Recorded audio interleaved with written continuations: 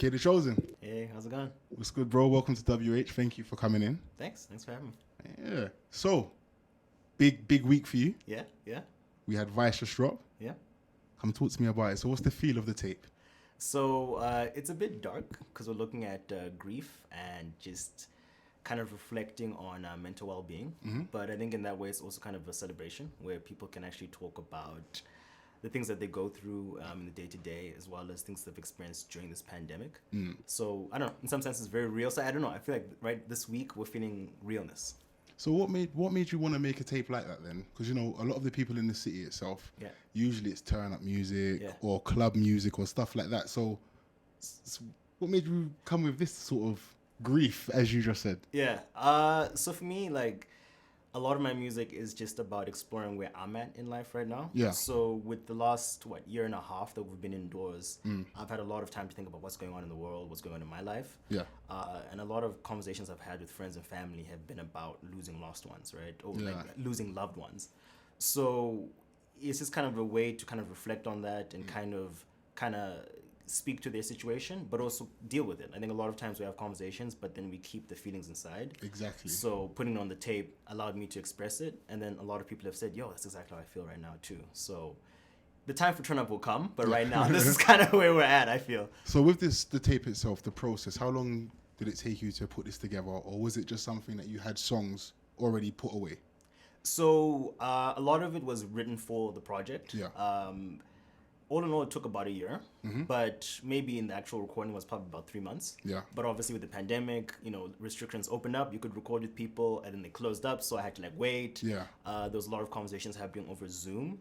Okay. So that sometimes slowed down the process or made it quicker, depending on what track we're talking about. And then there's also I think 12 features on this. So a lot of it was just coordinating, trying to make sure that people knew what was going on. And just that communication piece really slowed things down. But I think the year was good because we got to see the growth and really see and plan everything, so it came out perfectly. That's one thing I actually give to you, because don't get me wrong, I see how a lot of the artists release their music, but Vice is everywhere. Yeah. I see everyone putting up. I see everyone promoting the videos.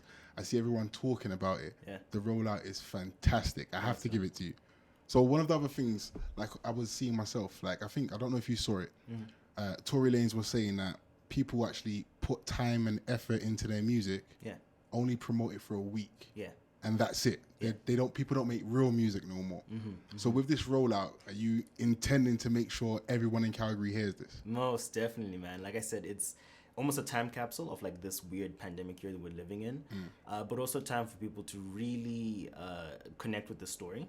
So for me, it's the whole idea of why the rollout was so long is because when you put something out, people are excited, and then they enjoy it, and then they move on. Exactly. But when you prolong the rollout, you're getting them used to waiting. You're getting them used to really digesting everything. So the visuals that we put out, people watch them 1 week, and then so each thing came out a week at a time. So you have a week to process, and then get the next piece of the story. Exactly. So you have the right idea then. Yeah. Thanks, man. That's a good. No, it's a good look. I'll be honest with you, because obviously I always ask everyone that comes or anyone that I'm around, how do they feel about the culture of hip hop, urban music per se in the city itself? Because I understand, it might not be pushed as much. Yeah. But what's your take on the culture of hip hop in Calgary? That's a great question, because I think it's actually changed in the last 5 or so years. I've been in Calgary about 6 years. When I first came to Calgary, it was a struggle to find hip hop shows, hip hop artists.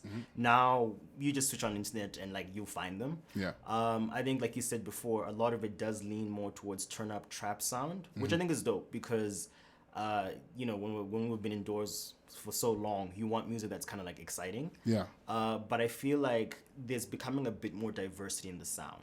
People are trying their hand with folk music or country mixed in their music. Yeah. We've got a lot more people who are singing. We've got a lot more people going into conscious and lyrical rap.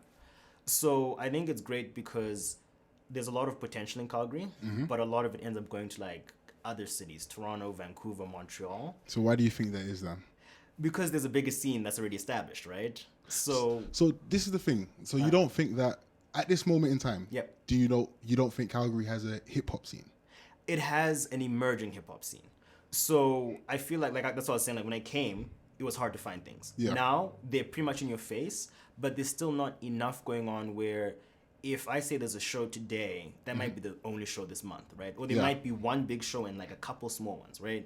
There's not enough where you almost have people competing, like, okay, are we going to this show or this show tonight? It's kind of like, oh, there's this one show, we're going to go to it, cool, whatever, right? And I think also Calgary, the way it's mapped out is very divided. It's very like in quadrants. There's the northwest, northeast, southwest, southeast, right? Yeah.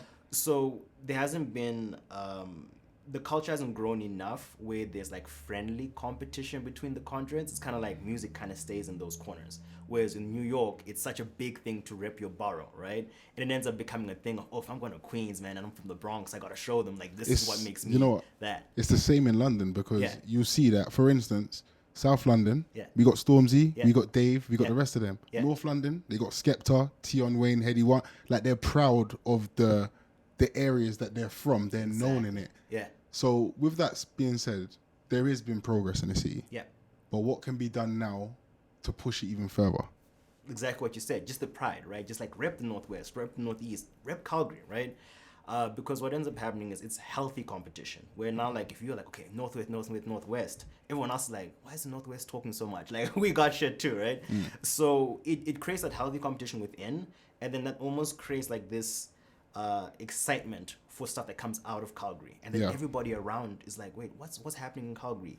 Then they come here to see it. Yeah. Then that's why like things in Toronto are so big, because Toronto they rep each other so hard, right? But that's the thing. I even said this, like, just off the top of my head, highly even praise. Billy Bishop's the only person that's done a song about where he's from with the Northwest Anthem. Yeah. I haven't heard anyone else do. Actually, tell a lie. Sorry. Yeah. The Northeast lot. Cash. Yeah. All of it. Shouts to them. Yeah. But do you understand what I mean? Yeah. I haven't heard anyone, and especially in Calgary, I don't really hear people rep Calgary. Yeah. Why? It's it is done. I've heard it. I just think that sometimes people go for the easy shots. They go for the YYC, 403, Flame City.